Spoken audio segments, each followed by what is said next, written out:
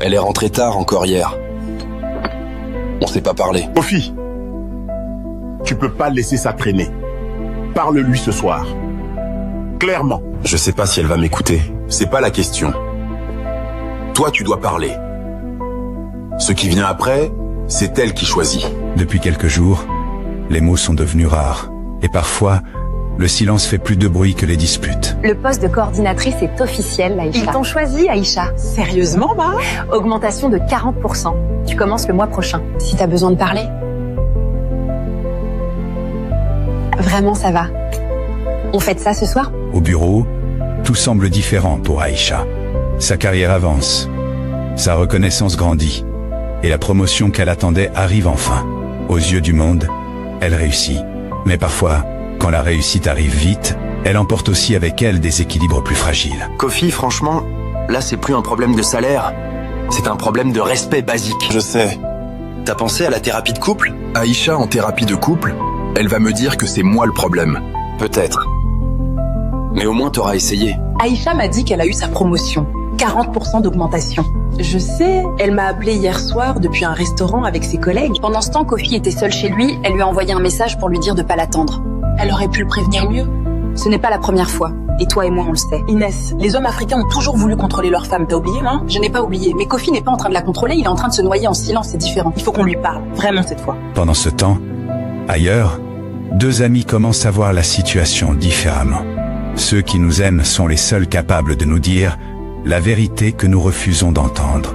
Cette nuit-là, pour la première fois depuis longtemps, Kofi décide de parler. Pas pour se disputer, pas pour accuser, mais pour dire simplement ce qu'il ressent. Kofi, il est tard. Aïcha, assieds-toi. Depuis 3 mois, je rentre dans une maison où je me sens étranger. Tu rentres quand tu veux. Tu me parles comme si j'étais un obstacle. Tu m'as coupé la parole devant tes collègues. Et l'autre soir, tu m'as dit que si je peux pas assumer une famille, j'avais qu'à pas me marier. Cette phrase, elle m'a traversé comme un couteau.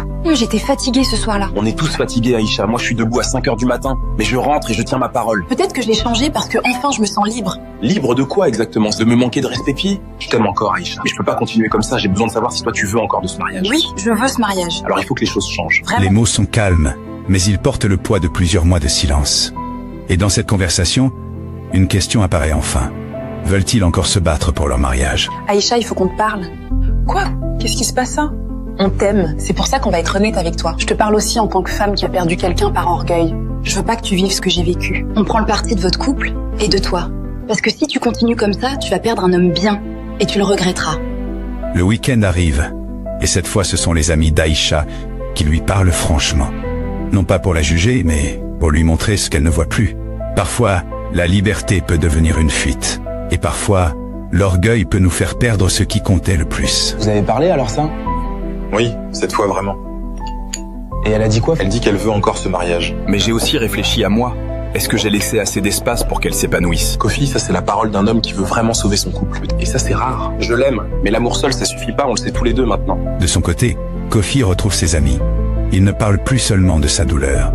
Il réfléchit aussi à sa propre part dans cette histoire. Car sauver un couple ne signifie pas seulement demander des changements à l'autre. Cela signifie aussi être prêt à changer soi-même.